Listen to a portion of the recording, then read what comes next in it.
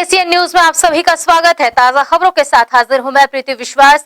बढ़ते हैं बुलेटिन की ओर, पर उससे पहले आइए नजर डालें हेडलाइंस पर।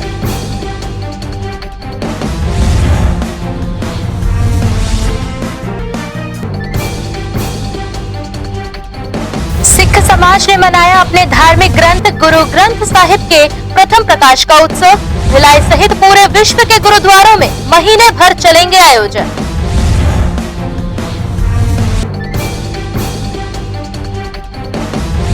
बलौदा बाजार के ग्राम अहिल्दा की महिला कमांडो ने मांगा पुलिस प्रशासन का साथ।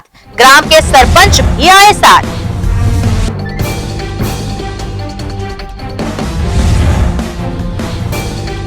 फाइनेंस कंपनियां भी कर रही अब गुंडागर्दी। चौकीदार को बंधक बनाकर गाड़ी की जब्त। गाड़ी मालिक ने आरटीओ ऑफिस में दिया ज्ञापन।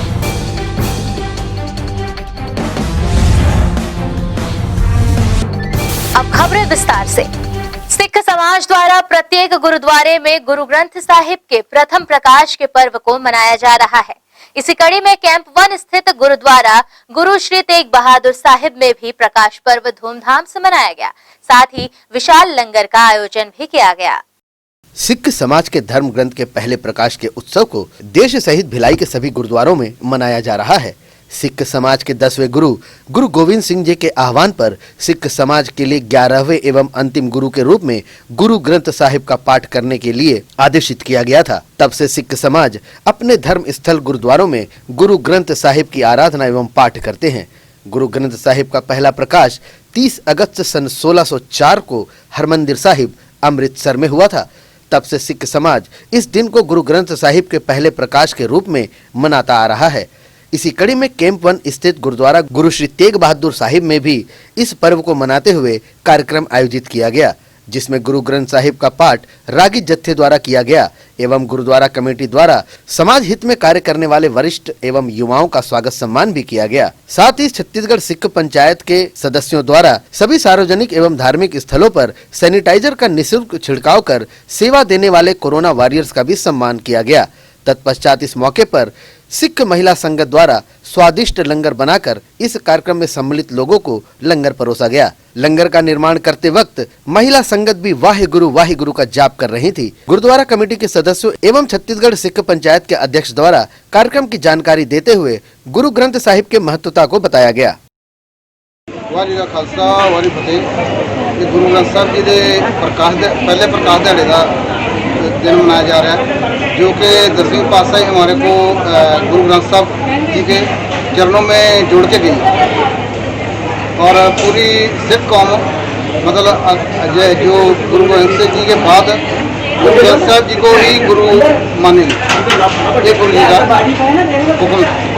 क्या क्या कार्यक्रम किए गए हैं आज सवेरे जो अखंड पाठ साहब जी समाप्ति के बाद कीर्तन और अभी लंगर का प्रोग्राम है। जैसे कि आपको मालूम है कि श्री गुरु ग्रंथ साहिब जी का जो प्रकाश पर्व है वो मनाया जा रहा है। हर साल की तरह इस बार भी 1 तारीख को मनाया गया है और इसका उद्देश्य जो मेन है यानी जन जन तक गुरु ग्रंथ साहिब जी का उपदेश पहुंचाना है। और जैसा कि गुरु जी ने कहा है, गुरु मान्यो ग्रंथ, सब सिखों को हुक्म है गुरु मान्यो ग्रंथ। तो जो भी है यानी कि 10 गुरुओं तक हमारी जो वाणी है और उनका जो 11वें गुरु के रूप में गुरु ग्रंथ साहिब जी को उसमें माना गया है और उसी को गुरु माना गया है। और इसी के हम चाहते हैं कि जन जन तक इनका जो भी हमारा गुरु ग्रंथ साहिब जी का उद्देश्य है वो जन जन तक पहुंचाएं। और इस प्रोग्राम में आज हमारे चेयरमैन साहब छत्तीसगढ़ सिख पंचायत के चेयरमैन जसवीर सिंह ख्याल जी एवं अन्य कमेटियों के प्रबंधक भी यहाँ आए हुए हैं और लंगर की यहाँ व्यवस्था की गई है। और जैसे कि आप कोरोना वायरस को देखते हुए यहाँ पर सोशल डिस्टेंस का तकरीबन पालन किया गया है।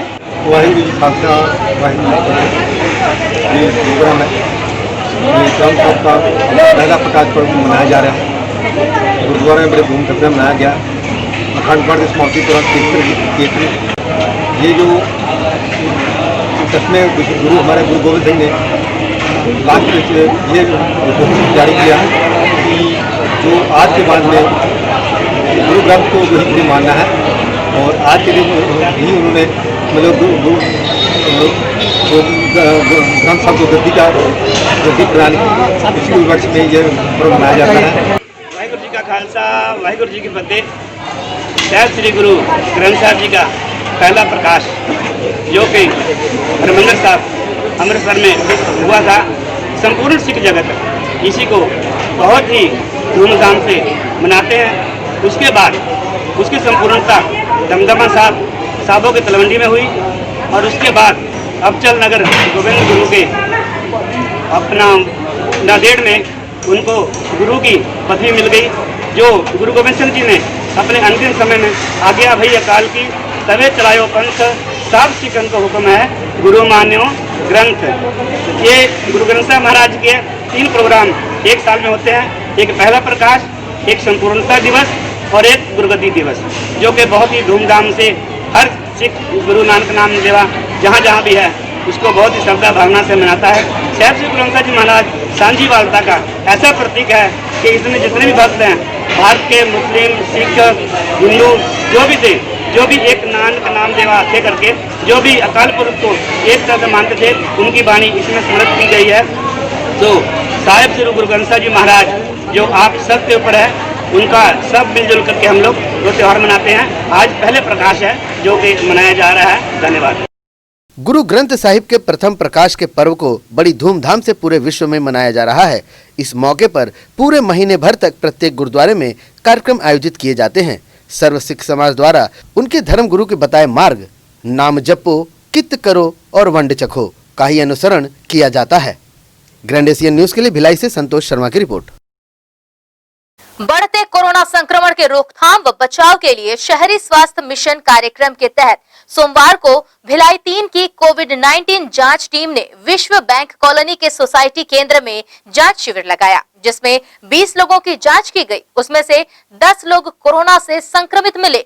सभी संक्रमित मरीज भिलाई 3 के विभिन्न वार्डों के निवासी हैं। वहीं स्वास्थ्य विभाग की दूसरी टीम शहरी स्वास्थ्य केंद्र चरोदा में शिविर में लगाकर 26 लोगों का सैंपल लिया, जिसमें से 12 लोग कोरोना संक्रमित पाए गए तथा स्वास्थ्य विभाग की तीसरी टीम द्वारा महामाया पारा भिलाई 3 में शिविर लगाया गया, जिसमें 3 व्यक्ति कोरोना पॉजिटिव पाए गए। सभी मरीजों को कोविड केयर सेंटर कचांदुर में भर्ती कराया गया है। इस पूरे मामले की जानकारी शहरी स्वास्थ्य मिशन कार्यक्रम के प्रभारी सैयद असलम ने दी। चरोदा नगर निगम में प्रतिदिन 3 टीम लगाते हैं। एक टीम हमारे विश्व बैंक कॉलोनी के सोसाइटी जो भवन है वहाँ प्रतिदिन लगता है शिविर। वहाँ हम लोगों ने कल 20 टेस्ट किया है, जिसमें 10 लोग पॉजिटिव मिले। और एक टीम हमारी प्रॉपर शहरी स्वास्थ्य केंद्र चरोदा में प्रतिदिन कोविड-19 की जांच करती है। फीवर क्लिनिक चलाते हैं वहाँ। और जो लोगों को बुखार, सर्दी, खांसी की शिकायत लेके आते हैं या और आसपास से कोई लोग आ जाते हैं जिनको अपने जांच कराना रहता है, तो वहाँ प्रतिदिन शिविर करते हैं। वहाँ कल हम लोगों ने 24 किए थे, जिसमें से 12 वहाँ पे हमको पॉजिटिव मिले। तीसरी टीम हमारी एक दुर्ग जिले से मुख्य चिकित्सा स्वास्थ्य अधिकारी भेजते हैं, जिसको जो पहले के पॉजिटिव मरीज रहते हैं उनके परिवारजनों के लोगों का लेना रहता है। तो उसमें हमको 2 लोगों का पॉजिटिव मिला। महामारा पारा में, आपका हासिंगपुर सोसाइटी में, दीनदयाल सोसाइटी में और आपका शीतला नगर में, पदुम नगर में, विश्व बैंक कॉलोनी में, यानी चरोदा के विभिन्न जो अलग अलग, एक सोमनी में, इस तरीके से अलग अलग वार्डों से लोग आए थे। तो उनका हम लोगों ने वहाँ जांच किया है, उसमें मिला है। सबको Kachandur medical college care centre में रखा गया है, भर्ती करा दिया गया है। कि सरकार ने अनलॉक किया है, अनलॉक के साथ नियम बनाए हैं, उन नियमों का पालन करना अब हर आदमी जान गया, ऐसा नहीं है कि नहीं जाना है, लेकिन फिर भी हम लोग चूक कर रहे हैं। अनलॉक में जो नियम बने हैं उन नियमों का पालन करें, अनावश्यक भीड़ वाली जगह में ना जाए। राइस मिल के चौकीदार को बंधक बनाकर फाइनेंस कंपनी द्वारा ट्रक को जब्त कर लिए जाने व अन्य किसी को गाड़ी ट्रांसफर न किए जाने की मांग को लेकर कुलदीप सिंह सहित दुर्ग ट्रक मालिक संघ ने दुर्ग आरटीओ कार्यालय पहुंचकर ज्ञापन सौंपा।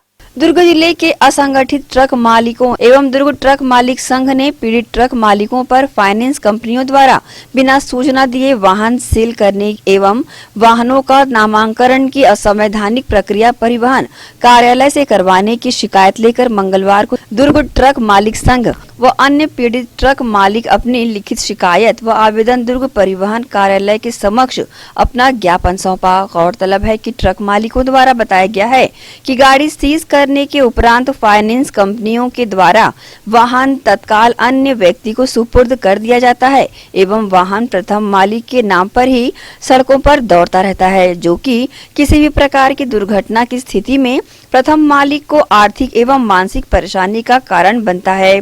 इसी कड़ी में ट्रक मालिकों ने अपनी प्रतिक्रिया इस प्रकार से दी है कि जब तक के गाड़ी का नामांतरण नहीं होता तब तक के रोड में चलने ना दिया जाए। प्रथम मालिक को सूचना किए बगैर वो गाड़ी रोड पे ना चलने दिया जाए। तो ऐसा शिकायत हो रही है क्या? इस टाइप का पाए जा रहे हैं क्या? जी पाए जा रहे हैं। फाइनेंसर बिना इत्तला किए मालिक को बिना बताए रोड पे गाड़ी धड़ल्ले से चला रहे हैं। गाड़ी उसके बाद अपनी यार्ड से निकाल के बेच भी रहे हैं और मालिक को इत्तला ही नहीं करते। इंस्टेंट बैंक पहला भिलाई से फाइनेंस थी 14 चक्का, अच्छा, जिसको ये रात के टाइम 1 से 1:30 बजे राइस मिल के अंदर से चौकीदार को बंधक बना के बलपूर्वक गुंडों के द्वारा गाड़ी ले गई। मेरे को इन्होंने 26,21,000 रुपये फाइनेंस किया था, जिसकी मैं 23,50,000 रुपये उनको पेमेंट कर चुका हूँ। इनके हिसाब से मेरे को 67 किस्त देनी थी 53,203 रुपये की, जिसके हिसाब से इनका 23,40,000 रुपये बनता है। मैं 23,50,000 रुपये मेरे 10,000 रुपये इनकी तरफ एडवांस से फिर भी मेरी गाड़ी ले गए हैं और मेरे को बगैर इतला किए इन्होंने गाड़ी दूसरे को बेच भी दिया है, यार्ड में खड़ी भी नहीं है और ज़बरदस्ती अब हमारे पर प्रेशर बना के यहाँ अपने नाम से ट्रांसफ़र करवाने के लिए बुलाया गया हमको, जिसको हमने आपत्ति लगाई कि हमारी गाड़ी ट्रांसफ़र, मेरा केस कोर्ट में है, जब तक मेरे कोर्ट का केस का फैसला नहीं हो जाता आप मेरी गाड़ी ट्रांसफ़र नहीं करेंगे। हमने यही निवेदन आरटीओ साहब से किया। ये निवेदन था कि पैंडेमिक के हालात में इस पर ट्रांसपोर्टर की स्थिति बहुत ख़राब है और उसके बावजूद बलपूर्वक फाइनेंस कंपनियां गुंडों द्वारा ज़बरदस्ती गाड़ी का सीज किया जा रहा है और बिना मालिक को सूचित किए उन गाड़ियों को ट्रांसफ़र भी किया जा रहा है और उन्हें सड़क पर दौड़ाया भी जा रहा है। ये बिल्कुल ट्रांसपोर्टर के साथ में सरासर अन्याय है और इस अन्याय के खिलाफ हम आज आरटीओ अधिकारी को ज्ञापन देने आए थे कि हम शासन से निवेदन करते हैं कि इस तरह बलपूर्वक जो फाइनेंस कंपनी गुंडे पाले हैं ये कहीं भी संविधान में और कहीं भी आरटीओ एक्ट में नहीं है कि बलपूर्वक किसी गाड़ी सीज की जाए गाड़ी मालिक के परमिशन के बिना।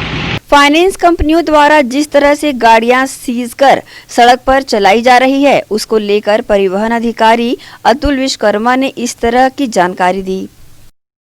जो भी गाड़ियां फाइनेंस में हैं उस संबंध में यहाँ लगभग 7-8 माह पहले ही हम लोगों ने गाइडलाइन जारी कर दी थी कि मोटर व्हीकल एक्ट के तहत में यदि कोई भी गाड़ी फाइनेंसर लेता है तो वो सीधे थर्ड पार्टी को ट्रांसफ़र नहीं होती है, वो पहले फाइनेंसर के नाम पे ट्रांसफ़र होती है, उसके बाद ही वो थर्ड पार्टी को ट्रांसफ़र कर सकता है। सर ये निर्देश हम लोगों ने नवंबर 2019 में जारी किए थे और उसके बाद से सीधे थर्ड पार्टी पे हम लोगों को किसी भी गाड़ियों का ट्रांसफ़र नहीं हो रहा है। यदि ऐसी सूचना मिलेगी तो संबंधित फाइनेंसर के विरुद्ध भी कार्रवाई होगी और जो वाहन चलाते हुए पाया जाएगा उसके विरुद्ध भी कार्रवाई करेंगे। लगातार हुए लॉकडाउन व कोरोना काल में जिस तरह से ट्रक मालिकों को आर्थिक मंदी का सामना करना पड़ा है उसको देखते हुए अब फाइनेंस कंपनियों के द्वारा असंवैधानिक रूप से अगर वाहनों को सील किया जा रहा है तो प्रशासन किस तरह से इन ट्रक मालिकों की परेशानियों को दूर करता है। ग्रैंड एशियन न्यूज के लिए दुर्ग से नसीम फारूकी की रिपोर्ट। पूरे प्रदेश भर में महिला कमांडो द्वारा ग्रामीण व शहरी क्षेत्रों को नशा मुक्ति व अन्य सामाजिक कुरीतियों से मुक्त करने के लिए दिन रात गश्त लगाकर प्रयास किया जा रहा है, लेकिन इन महिला कमांडो को पुरुषों द्वारा अपमानित कर धमकाया भी जा रहा है, जिसके लिए ये कमांडो स्थानीय पुलिस की मदद चाहती हैं, जो सही समय पर इन्हें उपलब्ध नहीं हो पाती। जिला बलौदा बाजार के अहिलदा ग्राम में महिला कमांडोज को सामाजिक कुरीतियों को भगाने में काफी दिक्कत का सामना करना पड़ रहा है। महिला कमांडो द्वारा पूरे प्रदेश भर में ग्रामीण और शहरी इलाकों में सुबह और शाम गश्त लगाकर नशाखोरी, जुआ जैसे अन्य कृत्यों को रोकने के लिए प्रयास किए जाते हैं, लेकिन इन कृत्यों को अंजाम देने वाला पुरुष वर्ग इन महिला कमांडो पर हावी हो जाता है एवं इन्हें अपमानित कर इन्हें धमकाता भी है कि अपने घर में रहो नहीं तो कुछ हो सकता है, और तो और कई बार इन्हें जान से मारने की धमकी भी दी जाती है। ऐसे समय में इन महिलाओं को पुलिस प्रशासन के सहयोग की आवश्यकता पड़ती है, जो यथा समय उपलब्ध नहीं हो पाती। इसके लिए अहिलदा ग्राम के सरपंच झब्बू लाल साहू ने इन महिला कमांडोज को लेकर पुलिस विभाग के आला अधिकारियों के पास जाने का मन बनाया है और ये महिला कमांडो भी पुलिस प्रशासन एवं ग्राम के सरपंच से अपनी सुरक्षा के लिए मांग कर रही हैं। अहिलदा में हम लोग महिला कमांडो 45 जने हैं, तो हम लोग ना ऐसे घूमते हैं और हम लोग के सुरक्षा बल में कोई नहीं है और दारू जुआ यहाँ पर बहुत होता है। हम लोग बोलते हैं तो हम लोग की सुरक्षा के लिए कुछ नहीं मिलता है हम लोग को, इसीलिए हम लोग ना थाना प्रभारी से हम लोग मांग कर रहे हैं कि हमारी सुरक्षा के लिए कुछ पुलिस वगैरह भेजे और सरपंच से भी मांग कर रहे हैं कि हमारे मनोबल को बढ़ाए और हम लोग को मतलब बहुत सारा उन्नति के लिए आगे बढ़ाए और सब प्रस्ताव बना कर देने के लिए अनुमति मांग रहे हैं। कितने बजे से कितने बजे तक घूमते हो आप? हम लोग 5 बजे से 8 बजे तक और सुबह 4 बजे से लेकर 8 बजे तक। और क्या क्या काम करते हो उसके अलावा? और मतलब साफ सफाई करते हैं, पूरा गांव का सफाई करना चाहते हैं और साफ सफाई में ध्यान भी दे रहे हैं, आगे करना भी चाहते हैं। हमारे गांव के लोग को सब जने को समझाते भी हैं और उन लोग मान नहीं रहे हैं अभी, इसलिए हम लोग पुलिस का कमिश्नर से भी बात किए हैं और करना चाहते हैं और करेंगे भी। होते जगह जगह जुआ होते अब हमन जाथन तो हमन के बात ला कोई सुना ही नहीं, तो तुझ मन आपका छुकर है पुलिस वाला मन और गाँव वाला के सियान मन बनाही तो मन पुलिस वाला मन ना हमन के सहगे है करिया तो हमन के बनौती बनही। हमन घूमा था रात दिन लोग कल छोड़ के गाड़ी खा पी के कि काबा हमार गाँव सुधर जाए के तो हमन सुधार बना का कन उपाय करे हन बेटा। मन बहुत बेचावा थे, हमन बंद करत हन दारू मंदला तो बंद नहीं हो आती, एक लिए पुलिस भेज। शासन प्रशासन से काम मांग रहे इस पर भारी मांगत हन, हमन घूमत हन ता कोई भी घूमथन और काछु भी कहीं कह दी तो हमन मन के डर है, हमन उसी के लिए मांग करत उसी के लिए मांग करत हन। जो सामाजिक हरकत का जो ऐसा जो दहशत फैला रहे हैं, चाहे अवैध चाहे देसी शराब हो या चाहे कच्ची शराब हो या जो भी हमारे पंचायत क्षेत्र अंतर्गत में ऐसे असामाजिक हरकत जो कर रहे हैं, उसके लिए हम महिला कमांडो के साथ हैं। इसके लिए हम एसपी साहब से हम बात करेंगे। अहिलदा ग्राम की ये महिला कमांडो अपने गांव को सिर्फ सामाजिक कुरीतियों से मुक्त कराने का कार्य ही नहीं करती, बल्कि अपने गांव की साफ सफाई सहित अन्य सामाजिक कार्यों में भी अपना भरपूर योगदान देती हैं। पुलिस प्रशासन को इनके कार्यों को देखते हुए जल्द से जल्द सुरक्षा प्रदान करने की दिशा में कार्य करना चाहिए। ग्रैंड एशियन न्यूज के लिए अहिलदा बलौदा बाजार से जितेंद्र साहू के साथ संतोष शर्मा की रिपोर्ट। प्रदेश के मुखिया भूपेश बघेल ने शनिवार को विधानसभा सत्र में अनुपूरक बजट प्रस्तुत किया, जिसमें नगर पालिक परिषद कुम्हारी के लिए मेगा अनुपूरक बजट नहर और माइनर रिमांडलिंग व लाइनिंग के लिए तथा कुम्हारी के विभिन्न विकास कार्यों के लिए 20 करोड़ की राशि का प्रावधान रखा गया। प्रदेश के मुखिया भूपेश बघेल ने शनिवार को विधानसभा सत्र में अनुपूरक बजट प्रस्तुत किया, जिसमें नगर पालिका परिषद कुम्हारी में विकास कार्यों के लिए 20 करोड़ रुपए बजट का प्रावधान किया गया। वहीं पत्रकारों से चर्चा करते हुए नगर पालिका परिषद के अध्यक्ष राजेश्वर सोनकर व मुख्यमंत्री के ओएसडी मनीष बंछोर ने बताया कि दुर्ग जिले के तांदुला परियोजना अंतर्गत नहर एवं 5 नग माइनर का रिमाइंडिंग एवं लाइनिंग कार्य एवं कुम्हारी के विकास कार्य के लिए 20 करोड़ रुपए पारित हुआ है, जिसमें भिलाई 3 से कुम्हारी तक विकास की ऐतिहासिक इबारत लिखी जाएगी। इससे एक और जहां सिंचाई सुविधाओं का विकास होगा, तो वहीं भूजल स्तर को उठाने में मदद भी मिल सकेगी। वहीं आसपास की कृषि भूमि की उर्वरता भी बढ़ेगी, जिसका सीधा लाभ कृषकों को भी मिलेगा।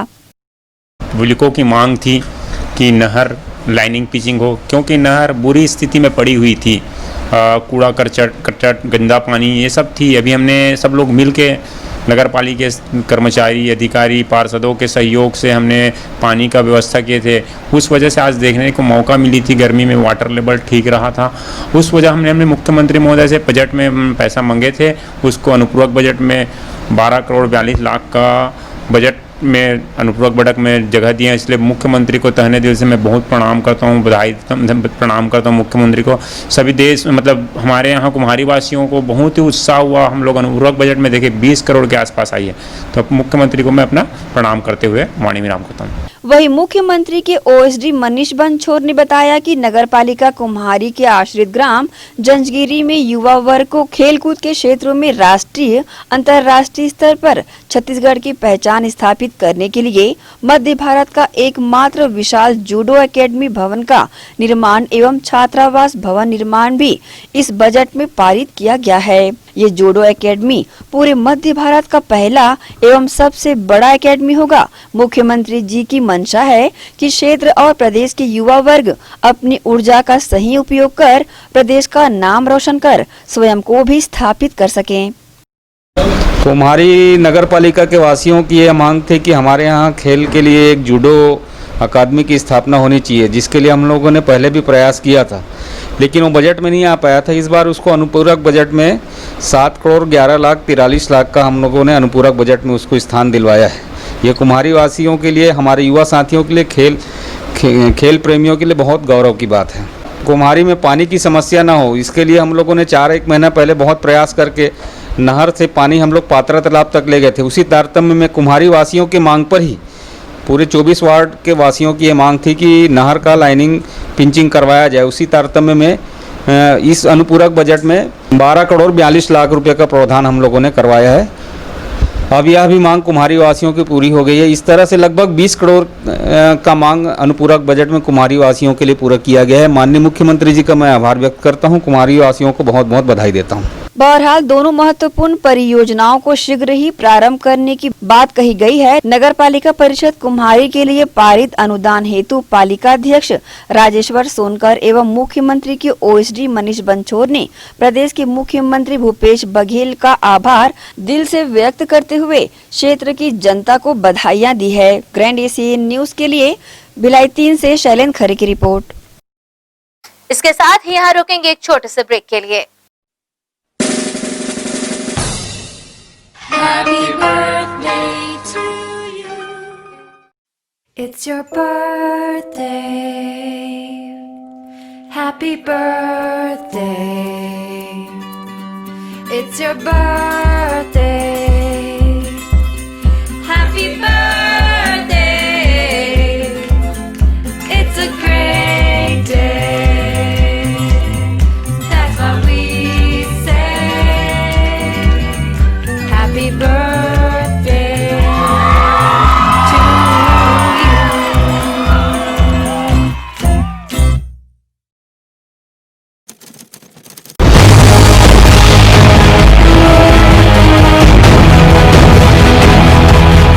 दिल है छोटा सा, छोटी सी आशा, मस्ती भरे मन की भोली सी आशा, चांद तारों को छूने की आशा, आसमानों में उड़ने की आशा। दिल है छोटा सा, छोटी सी आशा, आशा आपकी, प्रयास हमारे। ग्रैंड एशियन न्यूज ला रहे हैं अवसर दुनिया पर छा जाने के, तो जल्द कीजिए, कहीं आप लेट ना हो जाएं। अभी हम प्रारंभ कर रहे हैं डांस यानी कि नृत्य, सिंगिंग यानी कि गायन। इन कलाओं में यदि आपकी रुचि है तो आइए हमारे साथ और छा जाइए दुनिया पर। जल्द रजिस्ट्रेशन करने के लिए संपर्क कीजिए नीचे चल रहे नंबरों पर। हम हैं आपके साथ, तो डरने की क्या है बात। शहर के हृदय स्थल जुनवानी कोहका रोड मॉल से सिर्फ 1 किलोमीटर की दूरी पर 1800 स्क्वायर फीट फर्स्ट फ्लोर पर स्थित जगह well furnished shop, mall, sale, hotel, restaurant, educational institute, bank, सरकारी ऑफिस के लिए लिफ्ट एवं उपयोगी बिजली के साथ किराए पर देना है। सर्व सुविधा युक्त इस फर्स्ट फ्लोर को किराए से लेने हेतु संपर्क करें। हमारा पता जुनवानी कोहका रोड, फलकनुमा मस्जिद के पास, ग्रैंड एशियन न्यूज कार्यालय के नीचे, फर्स्ट फ्लोर। हमारा नंबर 9340246992 9827173488। दर्श टीवीएस शोरूम। हमारे यहाँ टीवीएस कंपनी की सभी BS6 गाड़ियाँ उपलब्ध है।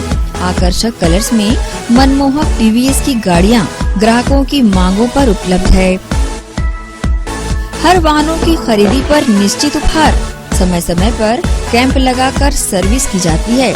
Labour charge 100% free. दर्श टीवीएस शोरूम में त्योहारी सीजन में आकर्षक उपहार ग्राहकों के लिए उपलब्ध कराए जाते हैं। हमारा पता दर्श टीवीएस शोरूम, अमन ढाबा के बाजू, ग्रैंड एशियन न्यूज कार्यालय के नीचे, ground floor, Junwani Kohka road, Bhilai, Chhattisgarh. Phone number 07882960336। Sales हेतु हमें संपर्क करें 7477279780। सर्विस हेतु संपर्क करें 8349279780।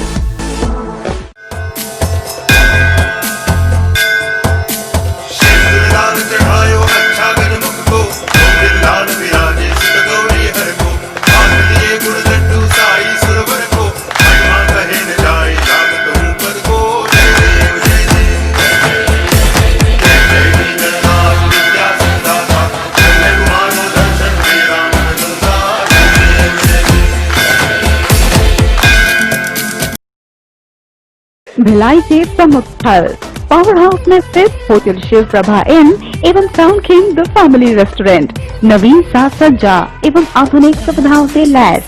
हमारी विशेषताएं economic suite, executive suite, premium suite and presidential suite. Town king the family restaurant, लाजवाब स्वाद से भरपूर नाश्ते एवं भोजन की उत्तम व्यवस्था। Banquet hall, party hall, conference hall, free Wi-Fi internet, new elevator, travel assistance, safe deposit vault and godown, special tariff plan for corporate, marriage and other functions. Online booking facilities available. Sweet home away from home. Power House railway station व bus stand से मात्र 500 metre पर स्थित hotel Shiv Prabha inn and town king the family restaurant 46 T market अपना KC laws के बाजू में। Power house Bhilai. Contact 98932 15251 और 8966 981590।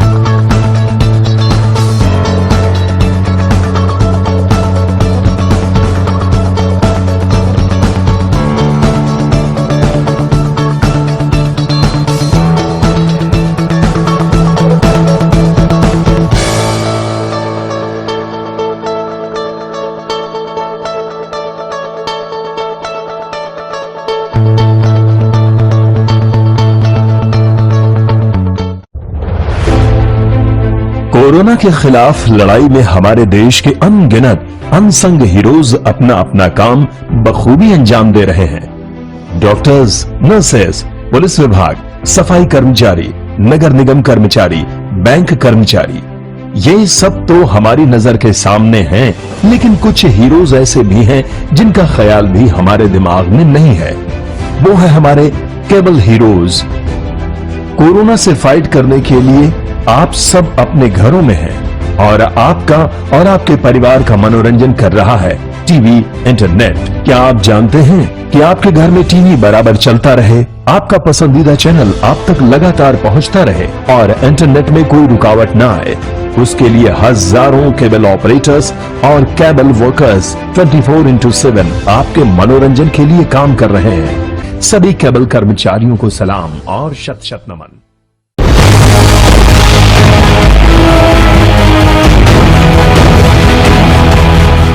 ब्रेक के बाद बुलेटिन में आप सबका स्वागत है। आइए बढ़ते हैं कुछ और खबरों की ओर। नगर निगम दुर्ग की टीम द्वारा वार्ड 45 STR पद्मनाभपुर में अवैध रूप से रोड निर्माण व दरवाजा खोले जाने की शिकायत पर सीलबंद कार्रवाई की गई।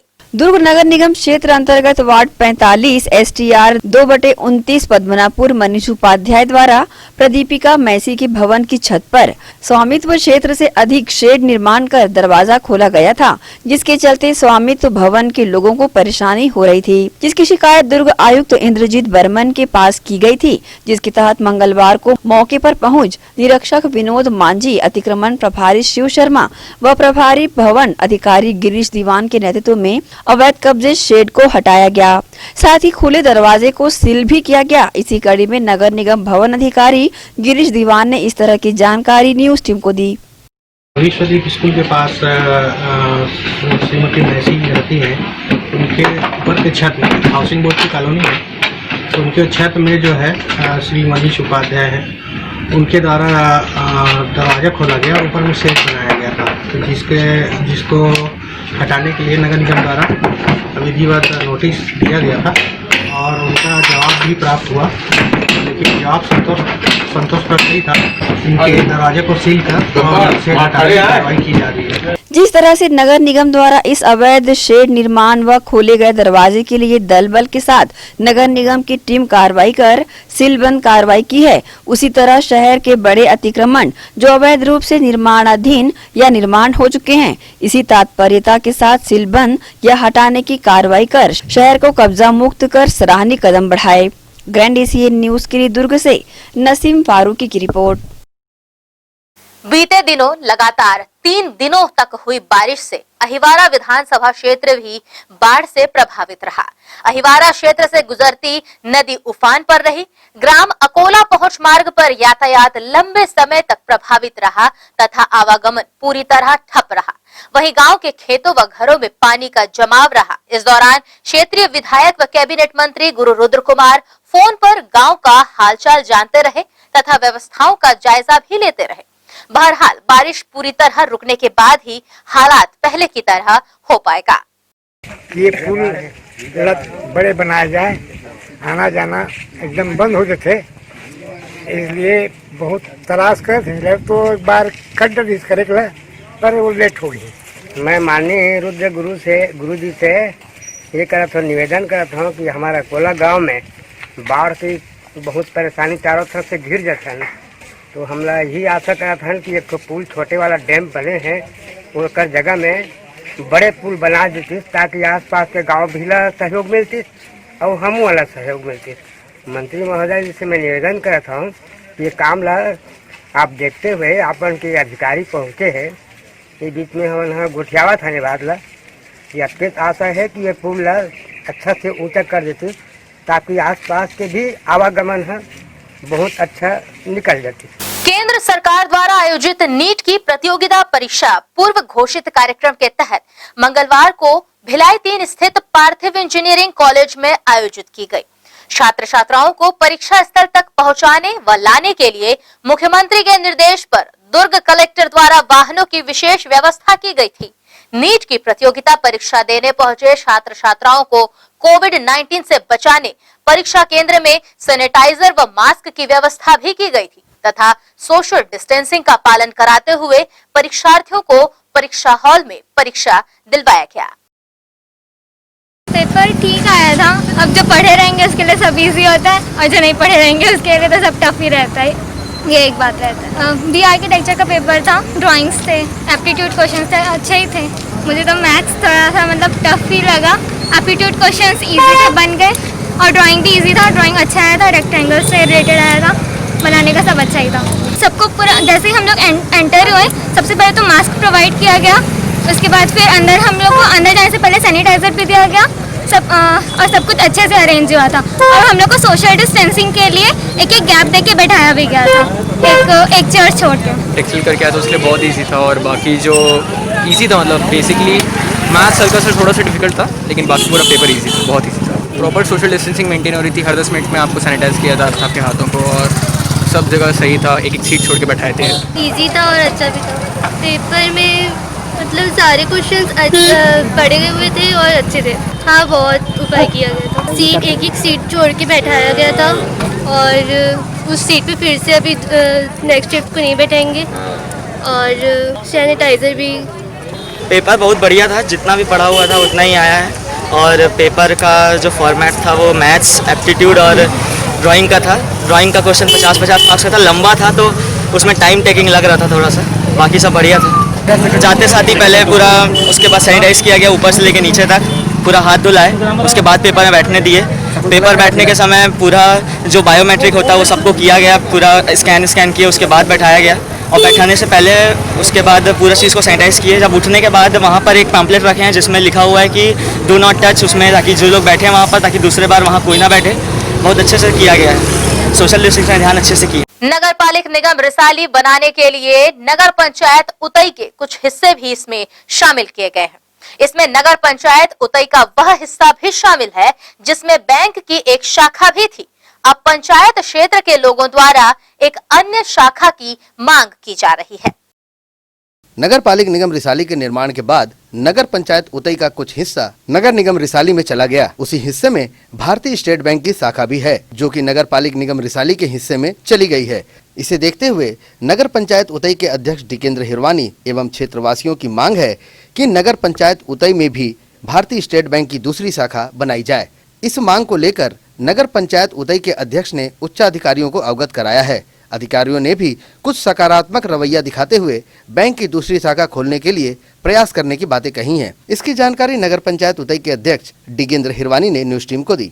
मेन हमारा ये था स्टेट बैंक हमारे नाम उतई के नाम से रिसाली में है तो हम लोग ये चाह रहे थे, PIC मेंबर के द्वारा हम लोग आपस में बैठक किए, उसमें हम लोगों ने पास किए हैं कि नगर पंचायत उतई में स्टेट बैंक की एक शाखा हो, वहाँ पे तो खुला हुआ है, ठीक है, उसके नाम से वो उतई क्रमांक 1 कर दे और उतई क्रमांक 2 के नाम से स्टेट बैंक द्वारा यहाँ पे उतई में एक बैंक खोला जाए। तो आप लोग का बैठक में क्या पारित हुआ? हमारे PIC में बैठक में हम लोग सर्वसम्मति से एक स्टेट बैंक उतई में होना एकदम अनिवार्य रूप से किया गया है। उसके लिए अपन मुख्य नगर पालिका अधिकारी ने स्टेट बैंक के मेन ऑफिस के लिए एक लेटर जारी कर रहा है कि हमें उतई में, नगर पंचायत उतई में एक स्टेट बैंक होना अनिवार्य है करके। नगर पंचायत उतई से विस्थापित हुआ क्षेत्र अब रिसाली नगर निगम का हिस्सा कहलाएगा और साथ ही इस हिस्से में आया यह बैंक भी अब रिसाली नगर निगम का हिस्सा हो गया है। यही कारण है कि नगर निगम उतई में बैंक के एक शाखा की आवश्यकता है। देखना होगा कि यह शाखा कब तक खुल पाती है और कब तक नगर पंचायत उतई के लोगों को इसका लाभ मिल पाता है। ग्रैंड एशियन न्यूज के लिए उतई से जितेंद्र साहू के साथ संतोष शर्मा की रिपोर्ट। शहर के कई क्षेत्र इन दिनों निगम की लापरवाही का शिकार बने हुए हैं। ताजा नजारा सुपेरा पुराना मार्केट के पास नजर आया, जहां गंदगी का अंबार लगा हुआ है। बाजार परिसर के आसपास बेतरतीबी से कचरा आदि पड़ा हुआ है। इस तरह बाजार की अव्यवस्था कहीं न कहीं नगर निगम की उदासीनता व लापरवाही उजागर कर रही है। जरूरत है व्यवस्था को दुरुस्त किया जाए। इसके साथ ही यहाँ रुकेंगे एक और छोटे से ब्रेक के लिए। देखते रहिए ग्रैंड एशियन न्यूज बुलेटिन।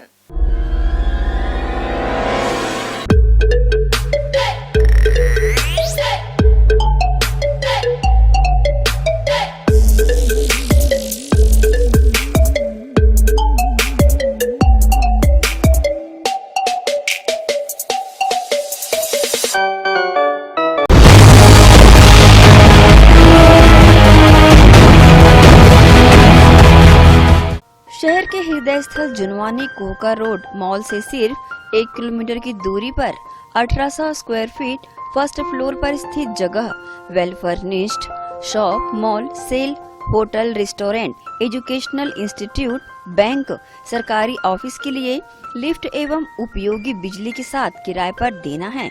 सर्व सुविधा युक्त इस फर्स्ट फ्लोर को किराए से लेने हेतु संपर्क करें। हमारा पता जुनवानी कोहका रोड फलकनुमा मस्जिद के पास, ग्रैंड एशियन न्यूज कार्यालय के नीचे फर्स्ट फ्लोर। हमारा नंबर 9340246992 9827173488। कोविड-19 के इस दौर में आपके लिए आपकी प्रतिभा दिखाने का सुनहरा अवसर है। जी हाँ, ग्रैंड एशियन न्यूज के माध्यम से आपका सबके दिलों तक पहुंचने का सुनहरा अवसर है एक्सप्रेस योर टैलेंट। अगर आप में नृत्य गायन की प्रतिभा है और आप जमाने को दिखाना चाहते हैं कि आप में वो गुण है जो सबसे अलग है, तो तुरंत संपर्क करें। ग्रैंड एशियन न्यूज कार्यालय, 2nd फ्लोर, अमन ढाबा के बाजू, जुनवानी रोड।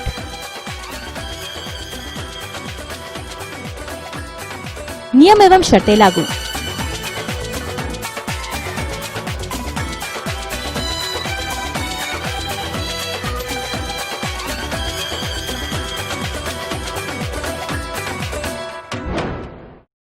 साई मुस्कान डेंटल सर्विसेज अनुभवी चिकित्सक डॉक्टर दीपक ठाकुर MDS द्वारा संचालित दांतों से संबंधित समस्त उपचार यहां कराए जाते हैं।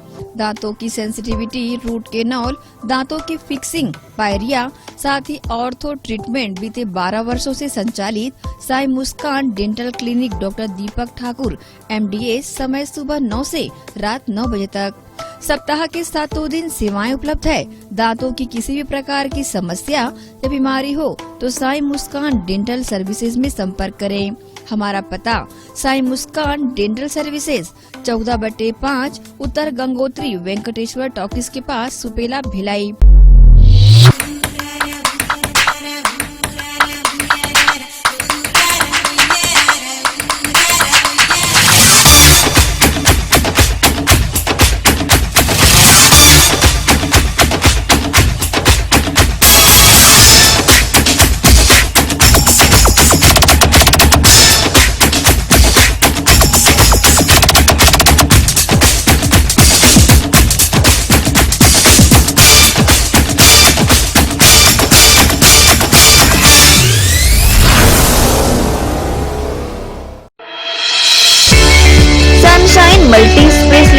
हॉस्पिटल अब भिलाई के चरौदा में भी।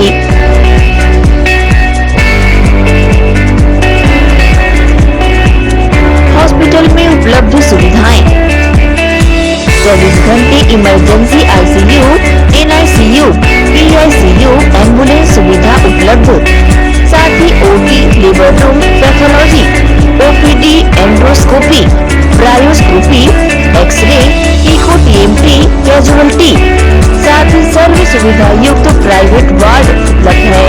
जनरल वार्ड, सोनोग्राफी व वेंटिलेटर उपलब्ध। सनशाइन मल्टी स्पेशलिटी हॉस्पिटल, हमारा पता IDBI बैंक के सामने, north Vasundhara Nagar, Bhilai 3 Charoda. Phone number 77298811, 77298822। Pradeep jewellers, आभूषणों की दुनिया में विश्वसनीय नाम, सोने चांदी एवं आभूषणों के निर्माता एवं विक्रेता। दीपावली, छठ, शादी विवाह एवं 30 त्योहारों में आभूषणों की खरीदारी के लिए आज ही पधारें। Pradeep jewellers, Jawahar market, camp 2, power house, Bhilai. Phone number 078822960809। SR hospital and research centre Chikhli Durg जिले के लिए वरदान साबित हो रहा है। यहाँ आयुष्मान भारत मरीजों का इलाज निःशुल्क किया जाता है। अस्पताल में ICU, NICU उपलब्ध है। इलाज से संबंधित सभी कार्य CT स्कैन, एक्सरे व सोनोग्राफी के साथ 24 घंटे में मेडिकल स्टोर की सुविधा उपलब्ध है। आयुष्मान भारत योजना के अंतर्गत जले मरीजों का इलाज एवं एक्सीडेंटल पॉलीट्रामा के मरीजों का उपचार किया जाता है। एम्बुलेंस सुविधा भी उपलब्ध है। सभी प्रकार के हड्डी, दांत रोगों एवं सभी प्रकार के बीमारियों का इलाज किया जाता है। SR hospital and research centre Chikhli, Dhamda road, Durg, Chhattisgarh. Helpline number 626261 3200, 626261 3300, 626261 3400।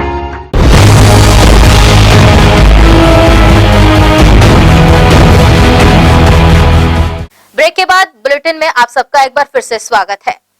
इमाम हसन हुसैन की याद में 10वीं मुहर्रम पर समाज द्वारा ताजिया सोशल डिस्टेंसिंग के तहत निकाला गया। मुहर्रम के 10वीं तारीख को मनाए जाने वाले इस पर्व को इस्लामिक नया साल भी कहते हैं। वर्षों से बंद पड़े जर्जर पुष्प वाटिका एक बार फिर से आम जनता के उपयोग के लिए संधारण का कार्य किया जा रहा है। दुर्ग नगर निगम आयुक्त इंद्रजीत बर्मन की पहल से शिवनाथ नदी स्थित पुष्प वाटिका का संधारण कार्य शुरू कर दिया गया है, जो कई वर्षों से बंद व जर्जर हाल में पड़ा हुआ था। गौरतलब है कि नगर निगम द्वारा डॉक्टर सरोज पांडे के कार्यकाल में इस उद्यान का भव्य संधारण कर शुरू किया गया था, जो नगर निगम की लापरवाही के चलते इसकी रख रखाव ठीक से नहीं होने के कारण ये बदहाली की भेंट चढ़ गया, जिसकी सूद लेते हुए दुर्ग कलेक्टर सर्वेश्वर नरेंद्र भूरे द्वारा इसके संधारण के खर्च का जिम्मा लेते हुए दुर्ग कमिश्नर को पुष्प वाटिका का पुनः संवारने की जिम्मेदारी सौंपी गई है, जिसके तहत बड़ी तेजी से वाटिका की साफ सफाई का कार्य किया जा रहा है। इसी कड़ी में दुर्ग कमिश्नर इंद्रजीत बर्मन ने इस तरह की जानकारी न्यूज टीम को दी। वाटिका में निरीक्षण जो है कलेक्टर महोदय के द्वारा ऊपरी तौर पर किया गया था और निर्देश दिया गया कि पहले पूरी तरह सफाई कराओ, उसके बाद इसका एक मोटा एक एस्टिमेट बनाओ, जिसके आधार पर इसका जो है पुनः जो है संधारण किया जा सके। महोदय के निर्देश पर उसे सफाई करने के लिए लगभग 30 कर्मचारियों को निगम का लगाया गया है। उनके द्वारा लगभग 50% पुष्प वाटिकाओं को साफ किया जा चुका है और अगले 7 से 10 दिनों के बीच में बाकी पूरे एरिया को सफाई कर लिया जाएगा। उसके पश्चात जो है आर्किटेक्ट को बुलाया जाएगा और नए तरह से उसको कितना एक संभावित व्यय हो सकता है उसका आकलन किया जाएगा। जिला कलेक्टर के द्वारा यह आश्वासन दिया गया है कि डीमेट के मद से उनके द्वारा राशि स्वीकृत कराई जाएगी। उसी संबंध में इसका एक नए सिरे से प्रावधान तैयार किया जाएगा। निगम मद से लाखों खर्च कर पुष्प वाटिका का निर्माण कराया गया था, जो शहर के आम जनता के लिए उपयोग व घूमने फिरने के लिहाज से संवारा भी गया था, मगर अनदेखी के चलते नगर निगम द्वारा देखरेख के अभाव के चलते इसे बंद करना पड़ा था। अब देखना यह है कि नगर निगम इसे किस तरह संवारेगा और सजाएगा, जिससे शहर के लोग यहां तक पहुंच इसका फायदा उठा सके। ग्रैंड एशियन न्यूज के लिए दुर्ग से नसीम फारूकी की रिपोर्ट। दुर्ग इंदिरा मार्केट स्थित ओम ज्वेलर्स के संचालक ओम सोनी के नेतृत्व में नारी सम्मान कार्यक्रम का आयोजन किया गया, जहां महिलाओं ने बढ़ चढ़ कर हिस्सा भी लिया। इस दौरान आयोजित प्रतियोगिता में विजयी महिलाओं को उचित पुरस्कार प्रदान किए गए। दुर्ग स्थित ओम ज्वेलर्स, जो कि इंदिरा मार्केट में संचालित किया जाता है, इसके संचालक ओम सोनी के द्वारा नारी सम्मान का कार्यक्रम आयोजित किया गया। छत्तीसगढ़ ग्रुप में आयोजित सोनी समाज की महिलाओं ने यहां पर श्रृंगार व मेहंदी प्रतियोगिता का आयोजन किया। छत्तीसगढ़ से कोने कोने से लोग यहां पर पहुंचे, जिसमें प्रथम पुरस्कार प्रिया सोनी रायपुर को 11,000 रुपए सोनी ग्रुप के द्वारा दिया गया। द्वितीय पुरस्कार शिखा सोनी को, जो महासमुंद की थी, उसको 5100 रुपए अर्जुनी संजय सोनी के द्वारा व तीसरा पुरस्कार रानू सोनी मुंगेली को 2100 दीना सोनी मुंगेली के द्वारा प्रदान किया गया। समाज की सभी महिलाओं को सम्मान पत्र व सभी महिलाओं को सम्मान में साड़ी ओम ज्वेलर्स के द्वारा प्रदान की गई। ये आयोजन सोनी समाज में बहुत ही सराहा गया एवं सभी महिलाओं ने जबरदस्त का उत्साह यहाँ पर दिखाया और उमंग के साथ कार्यक्रम में हिस्सा लिया। ये सोनी समाज द्वारा प्रतियोगिता ऑनलाइन प्रतियोगिता कराया गया था, जिसमें सभी महिलाओं ने बढ़ चढ़ कर हिस्सा लिया। 18 तारीख को श्रृंगार और मेहंदी का कार्यक्रम कराया गया था, जिसमें सब एक से एक बढ़ के प्रतियोगिता में भाग लिए और पूरे छत्तीसगढ़ लेवल में सभी लोगों ने भाग लिया और सभी हमारे समाज की महिलाओं ने बढ़ चढ़ कर हिस्सा लिया। इसके मुझे बहुत खुशी है। सर, प्रथम द्वितीय स्थान के बारे में बताइए। प्रथम द्वितीय में अपना प्रथम में आई रायपुर की प्रिया बहन है हमारी, प्रिया सोनी, वो प्रथम आई है। उनके साथ और भी प्रथम का स्थान है प्राची डोंगरगढ़ और एक प्राची है धमतरी है और एक है अपना बहन है राखी, ये है गुंडरदेव से प्रथम आई है। सेकंड में आई है शिखा सोनी महासमुंद से आई है और थर्ड में आई है रानू सोनी मुंगेली से आई है। ये तीनों बहन को पुरस्कार दिया जाएगा। सर, इस प्रतियोगिता को कराने का समाज का क्या उद्देश्य है? इस प्रतियोगिता को कराने का समाज को एकजुट रखने का हमारा छोटा सा प्रयास है, जिसमें हमारी सभी बहनों ने बहुत अच्छा ये प्रयास को काफ़ी सफल बनाया हुआ है और इसके माध्यम से हमारी समाज में बहुत अच्छा मैसेज जा रहा है, जो पूरे छत्तीसगढ़ लेवल में जा रहा है। ये प्रतियोगिता कराने से मैं बहुत खुश हूँ और हमारी बहनें भी बहुत खुश हैं। समाज के वरिष्ठों द्वारा किस तरह की प्रतिक्रिया मिल रही है इस प्रतियोगिता? समाज में लोगों का बहुत बढ़ चढ़कर इसमें तारीफ हो रही है और लोग बहुत खुश हैं इसमें। हमारी बहनें जो हैं बहुत खुश हैं और बहुत एक्साइटेड हैं और किसी के घर जाने से उनकी खुशियाँ उनको समझ में आती है कि हमारी बहन को ये समाज में जोड़े हैं, समाज में एक करके रखे इस ऑनलाइन के माध्यम से। वो बहुत ही खुश हैं और बहुत एक्साइटेड हैं और वो उनकी खुशी देखने में हमको समझ में आ जाती है कि वाकई में ये प्रतियोगिता उनके लिए बहुत अच्छी साबित हो रही है। क्या इस तरह की प्रतियोगिता कराने से समाज को मजबूती और संगठन में मजबूती आ रही है? बिल्कुल, इस टाइप से प्रतियोगिता कराने से हमारी समाज में बिल्कुल जान आ गई है और जो हमारा समाज जो बिखरा हुआ पड़ा था, वो सब समाज एकजुट हो गया है और पूरी छत्तीसगढ़ लेवल में काफ़ी इनका सराहना की गई है और ये ऐसा कार्यक्रम ऐसा सुनने में आया कि इस टाइप से कार्यक्रम कभी हुआ नहीं हमारे समाज में, जो पहली बार हो रहा है। पूर्व राष्ट्रपति भारत रत्न प्रणब मुखर्जी का सोमवार की शाम दिल्ली के सैन्य अस्पताल में निधन हो गया। वे 10 अगस्त से अस्पताल में भर्ती थे। उनका उपचार नई दिल्ली के सैन्य अस्पताल में चल रहा था। उनके निधन की सूचना उनके पुत्र अभिजीत मुखर्जी ने दी थी। छत्तीसगढ़ सरकार ने पूर्व राष्ट्रपति भारत रत्न प्रणब मुखर्जी के निधन पर राज्य में 31 अगस्त से 6 सितंबर तक 7 दिन का राजकीय शोक घोषित किया है। वहीं राज्यपाल अनुसुईया उइके, मुख्यमंत्री भूपेश बघेल, विधानसभा अध्यक्ष डॉक्टर चरणदास महंत, पूर्व मुख्यमंत्री डॉक्टर रमन सिंह समेत प्रदेश सरकार के मंत्री और प्रदेश के नेताओं ने उन्हें श्रद्धांजलि अर्पित की है। इसके साथ ही न्यूज बुलेटिन में फिलहाल इतना ही। अब आपसे चाहेंगे इजाजत।